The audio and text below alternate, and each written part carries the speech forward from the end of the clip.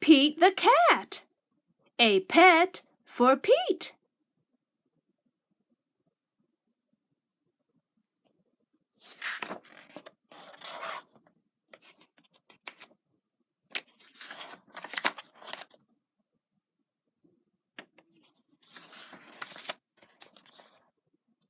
Pete is going to the pet store.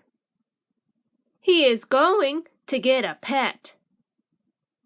Pete wants a bird, a hamster, or a lizard.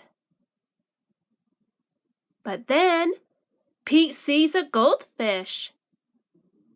"That's what I want," he tells his mom.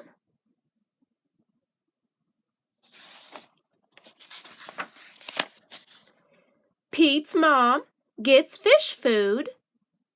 "I'm going to call you Goldie," Pete says to his new pet.